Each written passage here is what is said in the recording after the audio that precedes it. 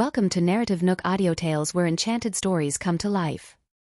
If you enjoy our stories, please subscribe, like and share to support our channel. Enjoy listening. Drake asked, "Mr. Weiss, why are you giving my company back to me all of a sudden? What are you up to?" He didn't believe that this man had no axe to grind. Arthur looked back at him with a smile. "I'm not up to anything, Mr. Goodwin. I'm just succumbing to my conscience. And besides, the management model of your company isn't something that I'm good at, so I'm afraid of screwing it up. Just who the hell are you? Why couldn't I find any information about you in the country?" Drake was very curious about Arthur's mysterious identity as well. "Don't worry, Mr. Goodwin. I'm not a bad guy. My family lives abroad, but my ancestors are from here," Arthur replied earnestly. Drake was still worried, though. He asked, "Sophia has lost your family heirloom and may not be able to recover it for the rest of her life. Will you hurt her because of that?" "Sophia has told me about the loss of my family heirloom. I'll try my best to search for it in the future, and I won't blame it on her anymore," Arthur promised calmly. Drake was dumbfounded right away. This guy's been boiling with rage in the beginning, so what makes him so calm and composed right now? He's taken my company away because of a family heirloom, and now not only is he giving the company back to me, but he also decides not to hold Sophia responsible. Why? Anyway, this is a good thing for the Goodwins, he thought. "Really?" he asked with a frown. Arthur nodded. "That's right, Mr. Goodwin. I just need her to cooperate with me in searching for my family heirloom in the future." Drake turned pale at once. "Do you have an evil intent against Sophia?" Arthur shook his head earnestly. "I just want to be friends with her. I've got nothing else in mind." Drake heaved a sigh of relief. He didn't like this guy to be his future son-in-law. It was obvious at a glance from the latter's capricious moods and unpredictable behavior that he had to be some rich dandy spoiled rotten by his family. With that, Drake took over his own company with all his shares returned to him. Moreover, he found that his company had won a few good bids after he let Arthur manage it, which would at least secure its profits for the next 2 years. Sophia was sorting out documents at work when she received a phone call from her father. "What? Mr. Weiss returned the company to you?" she asked in shock. "That's right." "Sophia, did he make any unreasonable demands on you?" Drake asked with concern. "And no, he didn't. We're just friends." Sophia hurriedly clarified the matter. Nevertheless, the 2 kisses she had had with Arthur last time crossed her mind. "Still, it's just a kiss. It doesn't count as anything, right?" she thought. "That's good. Just stay away from that guy in the future. He's too dangerous." "I know that, Dad." Drake immediately began to feel sorry for his daughter. "Why don't you quit your job? Don't be too hard on yourself." Sophia didn't want to quit the job, though. "No, Dad. I don't want to quit this job. I like this job very much, and besides, my boss is very nice to me." "All right then. Don't overwork yourself. I'll make money for our family." "The same goes for you, Dad. Don't overwork yourself." After hanging up the phone, Sophia breathed a soft sigh of relief, though there were a lot of things that came into her mind. Arthur seems to have become a different person now, she thought. Just then, her cell phone beeped with an incoming message, which she opened to reveal a simple text. It read, "Let's eat together at noon." The text was sent by Arthur, and it wasn't an invitation, but a notification. Sophia bit her lower lip. She had promised Martha not to have any contact with Arthur anymore, but he had just returned her family's company to her father. Should I treat him to a meal as a token of my gratitude? All right, it's my treat, she texted, deciding to end their relationship after the meal. Okay. I'll wait for you outside the Pressgrave Group's entrance. Okay, Sophia replied. She then checked the time and realized that it was time for lunch. At 11:30 a.m., she stepped into the Pressgrave Group's lobby. Just as she was hurrying toward the entrance with her head down, she accidentally bumped into someone whose chest was so sturdy that it hurt her nose. She hissed in pain before she heard a deep male voice snort overhead. "What a clumsy girl," it said. Sophia's eyes widened. F***CK, it's him. Arthur was waiting for her on the couch in the lobby when he saw her rushing all the way out of the elevator. He wanted to go over and greet her, but she bumped right into him instead. "Could you give me a shout next time instead of blocking my path?" Sophia grumbled. "Are you in such a hurry to see me?" Arthur asked with a smile as his eyes narrowed. Sophia blushed slightly. Turning her pretty face away, she replied, "Who said that?" "I'm not." "Have you made a reservation at a restaurant?" She nodded. "Uh-huh. I've got to get back to work in the afternoon, so let's eat at a nearby restaurant." "Right, let's go." Arthur suddenly stretched out his hand and grabbed her wrist before taking her out of the building. Sophia's heart pounded for a moment. Why is this guy taking me by the hand? There are a lot of my colleagues here. I don't want anyone to get the wrong idea about me. In the restaurant, she said to the man across from her on behalf of her father, Mr. Weiss, "I'd like to thank you on my dad's behalf for returning the company to him." Seeing the sincere expression on her pretty face, Arthur replied with a smile, "Is that all you have to say?" She pursed her lips. "What kind of thanks do you want, then?" Seeing how tender and bouncy her rosy lips were as she sank her teeth into them, he somehow felt his body tense up. He gave a gulp, saying, "Why bite your lips for no reason? Aren't you afraid of biting through your lips?" Sophia had a habit of biting her lower lip when she felt uneasy. When she heard Arthur's words, her crescent-shaped eyes curved in a smile. "I'm not stupid. Why would I bite my own lips?" Arthur chided with a serious expression, "Don't keep biting your lip in front of a guy from now on.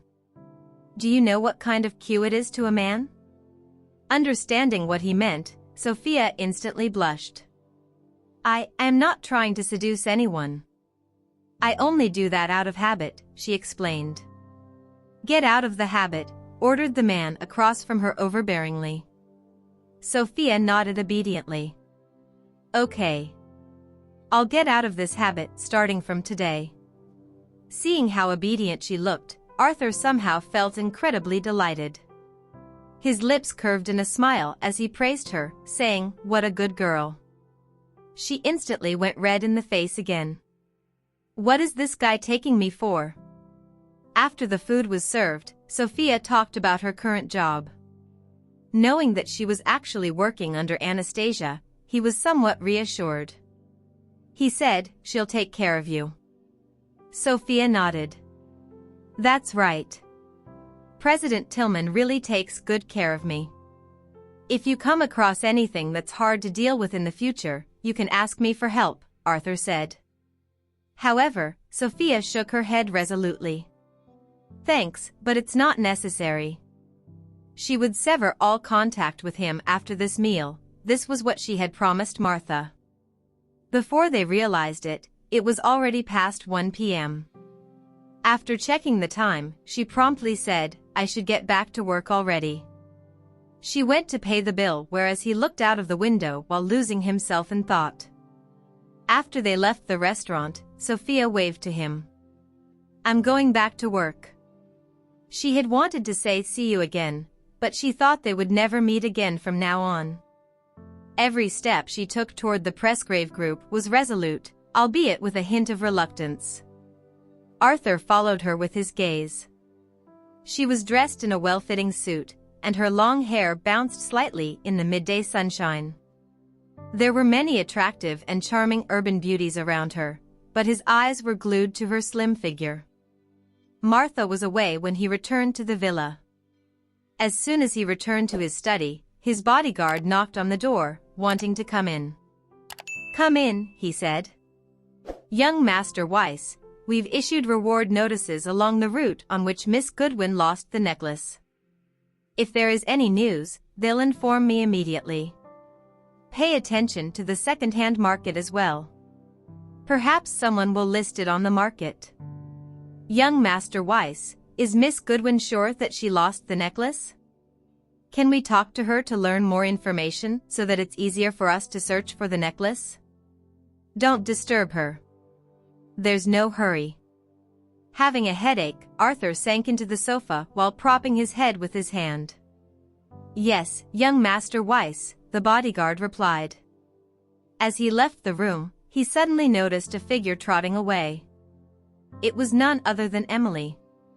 At this moment, she had returned to her room. Pressing her back against the door, she patted her chest somewhat nervously.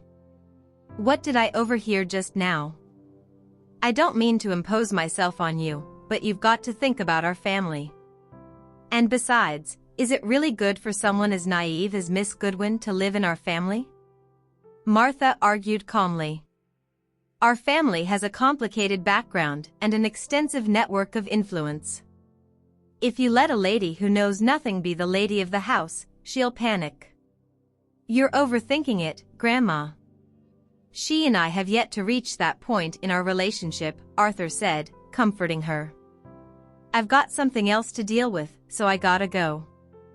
After leaving through the door, Arthur crooked his finger at the bodyguard from earlier, who immediately came over with his head down, saying, "Young Master Weiss." Arthur's good-looking face clouded over instantly. "Who allowed you to betray me?" "I'm sorry, young Master Weiss, but I didn't betray you. I saw someone when I came out of your study." "Who is it?" "Miss Jennings has eavesdropped on our conversation." The bodyguard wouldn't take the blame in place of someone else either. Arthur trusted his bodyguard, so he turned to walk toward the garden, where Emily was sitting by the swimming pool and chatting with a friend over the phone. Hearing the footsteps behind her, she looked back and hung up the phone before walking up to him happily.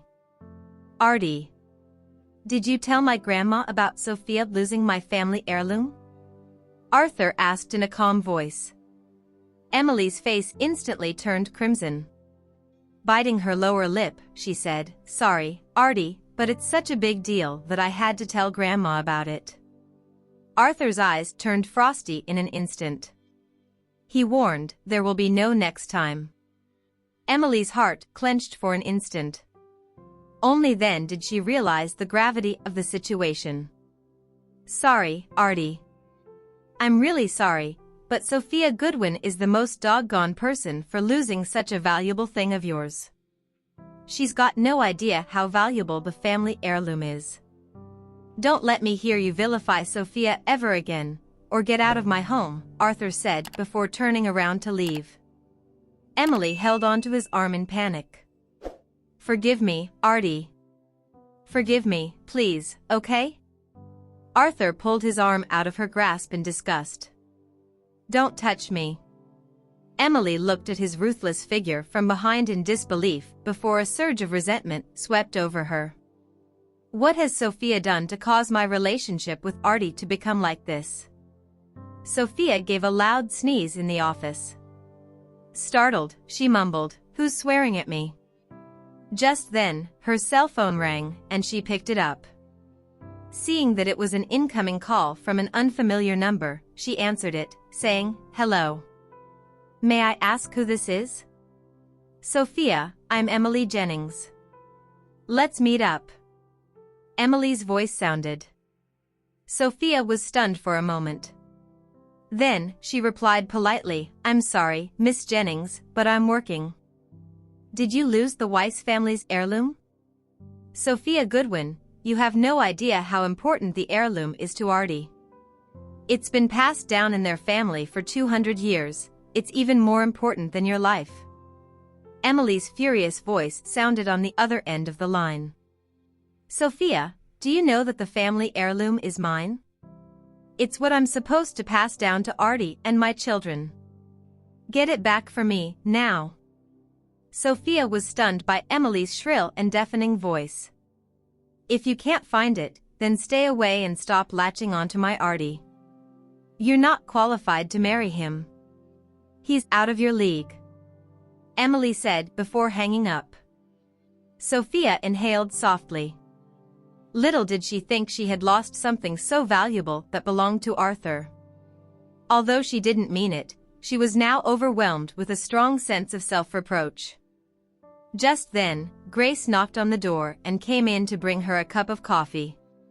Sophia, the funeral will be held tomorrow. Dress in black. We'll see old Madame Presgrave off for one last time with President Tillman. Okay. Sophia nodded. Candles were lit in the Presgrave residence's living room, where a photo of Harriet was placed on the altar for the visitors to pay their last respects. The candlelight illuminated her smile and her benign features. The arrangements had been made so that she would be escorted to her final resting place tomorrow. It was early morning, and the sky had just cleared for a while before becoming overcast, immediately after which it began to drizzle. Today was the day Harriet would be laid to rest. At about 9 a.m., everyone who came to see her off on her last journey arrived at the cemetery on time. Anastasia was wearing a black dress with a white flower on her chest. With a dignified and graceful expression, she stood next to Elliot, whereas her two assistants stood 1 meter behind her. Sophia and Grace were both dressed in black while standing and holding umbrellas. The Presgraves came one after another. The first ones to arrive were Liam and Kendra, who came with their daughter Lorelai and their son Louis. As the husband and wife spoke a few words to Elliot with profound grief, Lorelai turned her gaze to the latter with sympathy. Seems like the past few days have been tough on him, she thought. Elliot's expression had a hint of grief and unconcealed weariness to it. Inwardly, Lorelai still loved him. After studying his face for quite a while, she sensed a gaze upon her, which alerted her at once. It was Anastasia, though she looked amicable without warning her too much. Thank you for coming, Lorelai, she said to her. Lorelai nodded before walking toward Liam. Soon after that, another faction in the Presgrave family arrived as well. Coming with their 2 sons, Jacob, their eldest son, and their 10-year-old youngest son, Nolan, and his wife were followed by his supporters, who were all branch members of the family. Sorry for your loss, Elliot. Thank you, Uncle Nolan. Elliot nodded. Seeing Sophia at a glance with his sharp eyes, Jacob was astounded for a few seconds. He never expected to see the woman he liked at the funeral. Sophia saw him, too, and she gave him a look out of courtesy as their eyes met briefly. Jacob didn't like the funeral at first, but he suddenly found it interesting after seeing that Sophia was present. Little did he think he would meet this pretty and adorable junior again. The next ones to arrive were Harriet's friends, all 4 of whom were old and had to sit on wheelchairs and be wheeled here by their families. Elliot and Anastasia voluntarily came up to them and chatted with them. Just then, a black SUV stopped by the side of the road nearby, upon which a man holding a black umbrella stepped out of the vehicle with a bouquet of white flowers in his arms. He looked lean and slender in the drizzling rain. Then, his umbrella was raised slightly, revealing his young and handsome features. It was Arthur. Elliot came up to Arthur and greeted him before the 2 buddies gave each other a wordless hug. Sophia seemed both surprised and unsurprised to see Arthur here. Jacob felt incredibly restless when he turned his head and saw Arthur. Why is this wise guy everywhere? Lorelai also noticed the young man standing next to Elliot. His aura, which was similar to Elliot's, and his equally handsome appearance caused her to wonder about his identity. I think I met him last time at the wedding, too. Arthur came to Anastasia's side and greeted her, saying, "Hi, Anastasia."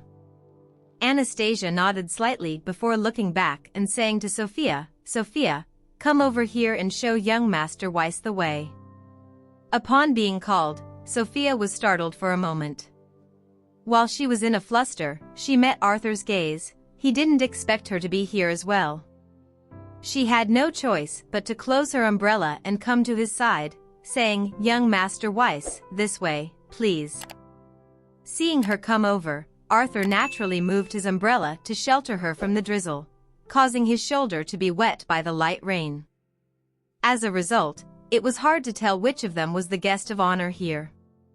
When Sophia realized this, she said in a whisper, "Let me hold the umbrella for you." However, Arthur responded with a smile. "I'll do it." Sophia had no choice but to stand side by side with him. Just then, Jacob came up to them with an umbrella. "It's been a while, Sophia." "Hi, Jacob," Sophia said, greeting him. Arthur was very annoyed with Jacob. Suddenly, he stretched out his arm and swept Sophia into his embrace, causing the latter's breathing to quicken slightly. Then, he shot a warning look at Jacob. Jacob walked away and rejoined his father. However, he decided on a whim that he would steal Sophia from Arthur, as he wanted to win against Arthur at least once. A while later, Brenda and her family arrived at the funeral. Among them was Nigel holding Jared in his arms. Jared was wearing a black suit adorned with a white flower for today's occasion. Francis was the one who arrived soon after them. Then, he walked over to offer Elliot some words of condolences before looking for Jared in the crowd. Brenda came and spoke to Elliot. He could see her red eyes set off by her pale look. As they ended their conversation, she walked away and joined the elders. When Nigel came over to greet them, Elliot reminded him, "You have to take care of your mother." "I tried, but she hasn't had any appetite recently. Dad and I couldn't change her mind." Nigel shook his head in regret. As the tombstone was set and the urn storing Harriet's ashes was buried, it was now time for the deceased's relatives and friends to take turns placing flowers and paying respects at her grave. Elliot, Anastasia, and Jared were the first ones to pay their last respects to Harriet. When Jared placed a bouquet of flowers beside the gravestone, he took a look at Harriet's photo. He had been holding back his tears until Anastasia gave him a gentle pat. At that, he couldn't hold himself back anymore as he threw himself in his mother's arms and wept on her shoulder. Anastasia's red eyes indicated she was also grieving. As she gave him a soothing kiss on his forehead, they stepped aside to make room for other mourners. Others behind them began to stand in a line to place flowers. Among them was Arthur waiting for his turn while holding Sophia's hand in his. When they came to the front, she helped him to place the flowers. Lorelei was staring at Elliot with admiration and longing under the umbrella from time to time. She watched him as he held his wife and son in his arms, then at the tenderness and sadness in his eyes. His state left Lorelei heartbroken as she was feeling sympathetic toward him, even though she wasn't in the position. Once the mourning ceremony ended, the guests other than Arthur left one after another. Anastasia stood beside Elliot from the beginning as they saw the guests off. Later, she found Elliot lingering in front of Harriet's gravestone. Holding his hand in hers, she accompanied him for a few minutes in his silent mourning. Arthur stopped Sophia before all of them left for home and asked her to share a car with him. She rejected, "Nope. I'm going with President Tillman." However, Anastasia was having a different thought as she suggested gently, "Sophia, that's all for today. You can go with young Master Weiss." Since he received permission from Anastasia, he grasped Sophia's wrist and dragged her all the way to his car without another word. As Elliot and Anastasia made it back to the villa, Jared had been playing with the Legos in his room as he didn't want to bother his parents who were in dire need of rest now. Anastasia urged Elliot to take a shower before he went to sleep as he had been struggling to sleep properly for the last couple of days. Sometimes, he was interrupted in his sleep by incoming matters. Sometimes, he couldn't even fall asleep due to the negative emotions. Listening to her words, he went for a quick shower before she dragged him onto the bed. She settled in his arms and watched him sleep. After a while, she was certain that he had fallen asleep as she could hear his breathing turning slow and deep. She tucked him in bed, then joined Jared and his toys in his room. The deceased was now in peace while the living had to continue with their lives. She was full of determination to take on the oncoming obstacles for her responsibilities. Arthur brought Sophia downtown, but he eventually stopped at a high-end cafe instead of his villa. Sitting opposite him, Sophia maintained the stance she had on their way to the cafe as she tried once again. "Young Master Weiss, please let me see your grandma. Let's explain how I lost your family heirloom to her, shall we?" She had been worrying about him since Emily's call. Arthur took note of Sophia's worried look. "She isn't letting me take the blame. Doesn't it mean she likes me?" "Sophia, stop worrying about me." Arthur held the cup of coffee up elegantly. "I'm not in big trouble at all because Grandma is fond of me." Sophia was listening to his explanation while sipping her coffee. As she raised her head casually, she was taken aback by Emily walking toward them in feigned elegance with her handbag. "Miss Jennings." Sophia placed the coffee cup on the table before she stood to greet Emily. Emily shot daggers at her before turning to Arthur. "Artie, Grandma is looking for you everywhere. Let's go home together." Emily found her way to the cafe as she had asked Arthur's bodyguards for his whereabouts, but she didn't expect to find Sophia with him. Arthur frowned as he saw her standing before them, while Sophia had already gotten up from her seat. "Miss Jennings, you can join young Master Weiss. I shall be going. I'll see you off." Emily faked a smile and wrapped her arm around Sophia as they walked out of the cafe. Sophia was forced to reciprocate the feigned intimacy as she walked beside Emily nervously. Once they went out of the cafe, Emily's expression changed into one of detest as she shoved Sophia forward and warned, "Sophia, stop harassing Artie, or else I'll make you pay." The truth was far from what Emily said. Sophia never planned to cling to Arthur, and it was a mere coincidence that Arthur and she met at the funeral. Therefore, she answered calmly, "Don't worry. I'm not harassing him or anything. Even more, I don't plan to. I'm not going to trust any of your words. Have you ever wondered how influential his family is? Your life is a far cry from his."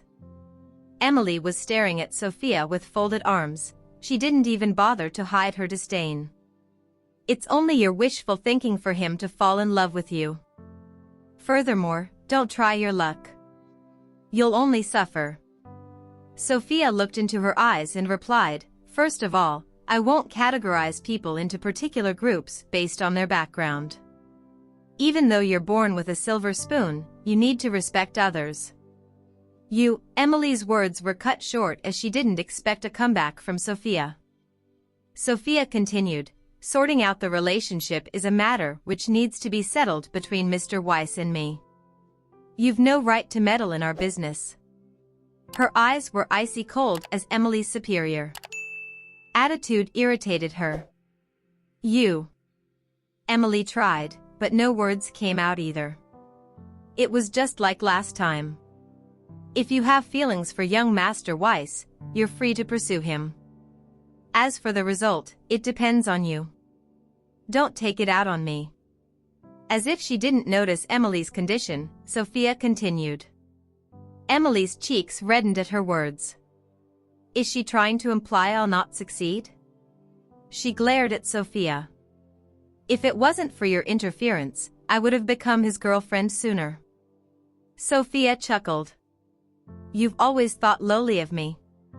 If so, there aren't many things I can do to catch his attention, unless he's a fool to fall for me easily." "How dare you call Artie a fool?" Emily was so enraged she raised her hand, about to slap Sophia. At that moment, Arthur stepped out of the cafe and strode toward them. He had been listening to their conversation for a while and decided to step forward to prevent any further conflict. As he settled into a stance, he glared at Emily. "Emily, stop it." When she saw him showing up, the first thought that appeared in Sophia's mind was to look for an escape route. "I can't believe he's right behind us. How long has he been eavesdropping?" As she turned on her heels to make an escape for the elevator, Arthur's voice echoed behind her. "Stop right there." He was reconsidering his opinion about Sophia. Seeing the other side of her was a surprise to him, and he found it amusing as he walked toward her. "You're running away after you called me a fool?" Sophia had no choice but to turn around and face him. As she looked into his deep eyes, she explained, I didn't mean to call you a fool." "You did." Seeing an opportunity, Emily joined in. "Miss Jennings, you don't understand. I'm saying that young Master Weiss would be a fool to fall for me." At that, she gloated over her wise comeback and asked for Arthur's opinion. "Young Master Weiss, you're not interested in me, right?" "Of course, I'm not," he answered between gritted teeth. Sophia cast a glance at Emily with a blooming victorious smile on her face. "Did you hear him? He doesn't like me." Emily stared at her speechlessly as she had the feeling that it was a perfunctory act. Looking straight into Arthur's eyes, Sophia reminded him, "Young Master Weiss, please clarify that there is nothing between us, or else your pursuer, Miss Jennings, will misunderstand." Even though the odd feeling still lingered within Emily, she was deprived of the chance to talk back as Sophia stepped into the elevator. She turned to Arthur involuntarily and saw him stare at the shut elevator door with mixed feelings. How rude of her. In the end, Emily could only harumph a response. After Sophia left the cafe, she took a taxi to get home. Enjoying the breezy evening wind swaying her face, she was concurrently searching for an answer in her blank mind. He agreed that he's not interested in me. That's impossible to be a lie, she thought. At that moment, her cell phone notified her of a new message. She checked her phone to read it and found a message from Arthur with only 2 words. She gaped at the message. Damn. He sent me a message only to scold me. Mr. Weiss. Please remember you're a decent man, she replied to him immediately. Arthur then sent a reply message. You don't have any conscience. You're right, I don't.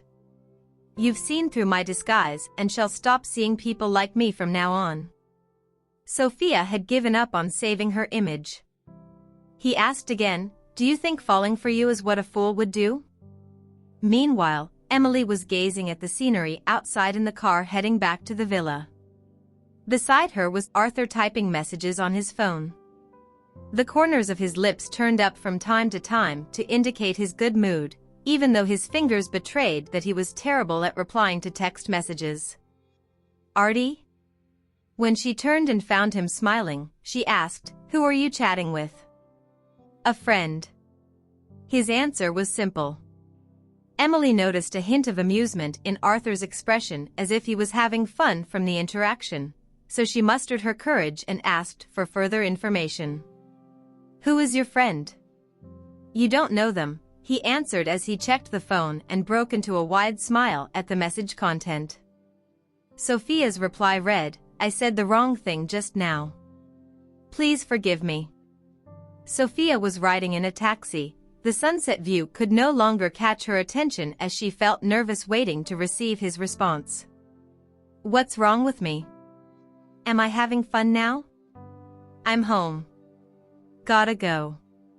She typed on her phone and sent the message before shoving her cell phone back into her bag. However, her determination only lasted for a while. When she heard a message notification, she looked for her cell phone in the bag and checked the message. It isn't a bad thing to become likable. At least be honored by it. Sophia was taken aback. What does he mean? Does he have feelings for me? Deciding that it was a wise choice to let the topic end here, she replied with a message. I'm home. Arthur stopped sending her any messages, so she paid for the ride and got out of the taxi. As she walked home while staring at her phone, someone halted her. Miss Goodwin, old Madam Weiss would like to see you. Sophia raised her head and found the middle-aged bodyguard from the last time addressing her. She hid her phone behind her involuntarily when she heard Martha was looking for her. Sure. Sophia nodded and followed him into the car. It was when they eventually arrived at a nearby cafe that he let her off. As usual, Martha was waiting for her in a private room. The moment she saw Martha, the guilt washed over her as she had been spending time with Arthur not long ago. Sophia greeted her politely, "Old Madam Weiss. Take a seat." Martha gestured at the sofa. As she took a seat, Martha asked her without mincing her words. "I heard that you lost our family heirloom that Artie gifted to you?" Sophia nodded. "Yes, I lost it. He didn't give it to me, though. I'm the one who snatched it from his neck accidentally and lost it later." "Arthur didn't give it to you as a gift?" Martha asked in surprise. Sophia explained in detail how she had the necklace in the first place, brought the necklace with her to a foreign country, and lost it on a return trip home. Lastly, she apologized, "Old Madam Weiss, I'm sorry about what happened. Please don't blame Mr. Weiss for it. He's trying to retrieve the necklace too. He took over your father's company to force you to return to the country. That's so him." After hearing her explanation, Martha remarked with mixed emotions. "Indeed. Mr. Weiss now has returned my father's company, and I'll help him to look for the lost necklace." Sophia revealed everything to Martha with full honesty. Martha was well experienced and perceptive. She saw through the facade of Arthur asking Sophia's help to look for the necklace and understood his purpose. Truth be told, he was using it as an excuse to keep Sophia at his side. "Miss Goodwin, I'll keep an eye on the second-hand market for the necklace. For now, I only need your help for one thing. I need you to leave Artie." She was brisk at handling things as a full plan was formed in her mind, and she spoke it immediately. "I have an idea. Do as I say. Old Madam Weiss." Sophia gaped at the elder woman dressed in a refined outfit and luxurious pieces of jewelry. "What do you want me to do?" "You'll need to bring a guy you know to see Artie and tell him in person that you love the guy.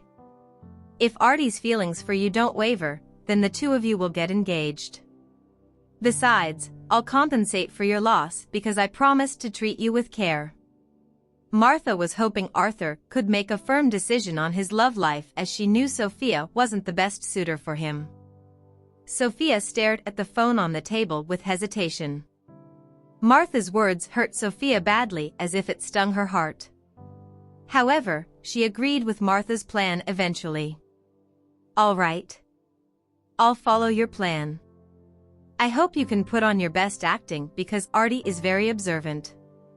Beware not to let him find out anything." "I will," Sophia answered with a nod meekly as she lowered her eyes. At that time, she received a message on her phone. She took a quick glance at the message that appeared on the screen. "What are you doing right now?" The sender stated Arthur's name. "That's all for today. I won't blame you for losing our family heirloom." Martha waved in dismissal. "It's not your fault at all.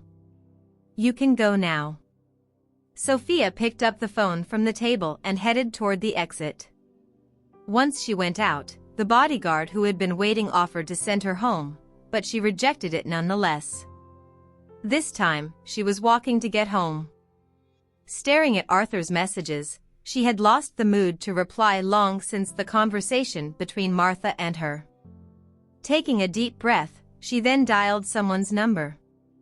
The person on the other side of the phone answered with a clear voice. "Hey, girl. Do you already miss me? Sophia saw no point in beating around the bush. Can I ask you a favor? Sure. What can I help you with? Pretend to be my boyfriend. No problem. I'm the best at doing this kind of thing. Are you having an obstinate pursuer? Don't ask. I'll tell you the details tomorrow. All right. I'll wait for your call. After the call ended, Sophia took and let out another deep breath. The man whom she sought help from earlier was her childhood friend, the son of her father's friend, and one of her good friends. The phone then notified her that a new message had been received. Taking a quick glance at it, she wasn't surprised to see it was from Arthur again. He asked, "Why aren't you replying?" Thinking that he was enjoying their interaction since he found exchanging messages interesting, she didn't bother to reply. When he didn't get her response, he decided to call her instead. Soon, her phone rang. Sophia took a look at the caller ID and pressed the mute button eventually. Sinking back onto the park bench, she watched the phone vibrate with a heavy heart. Finally, the ringtone stopped when she left it unattended. But soon, it rang again. Sophia wasn't expecting him to keep calling her without knowing to take a break. Is he worrying about me? The incoming call stopped sharply just as she was pondering and not answering it. This time, Arthur sent her a message instead. Why are you not answering the phone? What happened to you? Before this, she had never been cruel to anyone she had met. Even a new friend wouldn't receive such cold treatment from her. However, she had promised Martha earlier to keep her distance from Arthur. I'm sorry, Arthur. She was aware that Arthur and she never belonged together. For instance, even though she only stayed in the atelier for a few days, she could still recognize from the pictures she had gone through that the jewelry pieces Martha wore were worth more than 10 million per piece. Sophia could never wish for attention from a nobleman like him. Not to mention, they were in the early stage as Arthur was only having affection for her so far. The kisses were merely affected by the dopamine and didn't matter his feelings for her. She couldn't reciprocate his feelings if he was looking for a short-term relationship. Finally, Arthur stopped sending her any messages. It seems like he isn't that interested in me, Sophia thought. Anastasia woke up early in the morning at 8 a.m. in Elliot's villa. However, Elliot was nowhere to be found beside her. Thinking that he had been grieving recently, she got out of bed without a second thought to look for him and eventually found him in the kitchen. He was wearing a gray shirt today with an apron tied around his waist to make breakfast for his family. Anastasia was moved by the sight. Even though she was still in her pajamas, she walked toward Elliot, who was stirring the porridge in the pot, and embraced him from behind. For a moment, neither of them spoke. Even though there was silence hanging between them, he could feel her unspoken love. He intertwined his fingers with hers as he said, "Go wake Jared up, it's breakfast time soon." "Okay. I'll go wake him up," Anastasia answered, but she was reluctant to move from her spot. She wanted to enjoy the warmth of his back a little longer. Elliot turned around and pressed a kiss on her hair. Just when he moved down for her lips, she avoided him. "I haven't brushed my teeth." "I don't mind." At that, he tried to close their distance. Anastasia ran out of the kitchen with a giggle and headed upstairs. After she had woken up Jared, she cleaned up herself and returned downstairs. As she showed up once again in the kitchen, she wrapped her arms around Elliot and tiptoed to give him a kiss precisely on the lips. He put an arm around her waist as he reciprocated her kiss. At that moment, the determination to protect his family was built within him. Even though he was still grieving for Harriet deep down, he wouldn't hesitate to show his love for the people around him. After a hearty breakfast, the three went to a horse ranch nearby. Jared had a pony that belonged to him there. He was practicing alone on the ranch while his parents were watching him from the cafe. They had a great time bonding with each other. Meanwhile, in the Presgrave Hospital, a chief physician had fallen into distress as if his life was at stake after he received a call. Climbing to the rooftop, he took out a cigarette and smoked it. At that moment, his phone rang and he answered, "Hello? Have you decided? The old madam has just passed away. I don't think it's a wise decision to do it now. I want to see the result before 3 p.m. Or else, you'll lose your freedom and stay in jail for years. Don't." "Fine, I'll do it." "Good.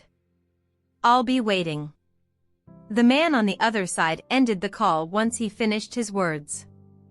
The chief physician lit another cigarette with shaking hands as he finished the previous one. Then, he took a deep inhale and wiped away the sweat glued to his forehead. Someone had threatened him with a video featuring him and a married woman. The content of the video was enough of an evidence for adultery to imprison him. At that moment, 2 nurses walked onto the rooftop. They greeted him when they saw him. "Mr. Campbell, are you okay? Don't worry about me." Once again, he wiped the sweat away and put the cigarette out before he left the rooftop. On the other hand, Sophia took a day off from Bourgeois this morning. She got into her childhood friend's car at around 10 a.m. and headed to Arthur's villa. She planned to seize the opportunity to pack up her things in Arthur's guest room. Thus, she prayed for him to be at home right now. Then, she sent him a message on the road to confirm his whereabouts. "Mr. Weiss, are you home?" Arthur soon replied, "I am." Seeing she was close to the destination, Sophia didn't bother to reply to him as she turned to the side and reminded, "James, you'll do as I say later, all right?" "No problem. Leave it to me." James Lennon smiled confidently. "I'll definitely break his heart for your sake." At that, he brushed his hair to make the best look. He was all groomed up today for a handsome look. She only nodded. However, as he drove the car toward the residential area, he began to panic. Is that guy wealthy? Thank you for listening. If you have enjoyed this story, please like and share so others can see it too. Also hit the subscription button and notification bell so you can be notified on our next release. Thank you for your support. God bless you.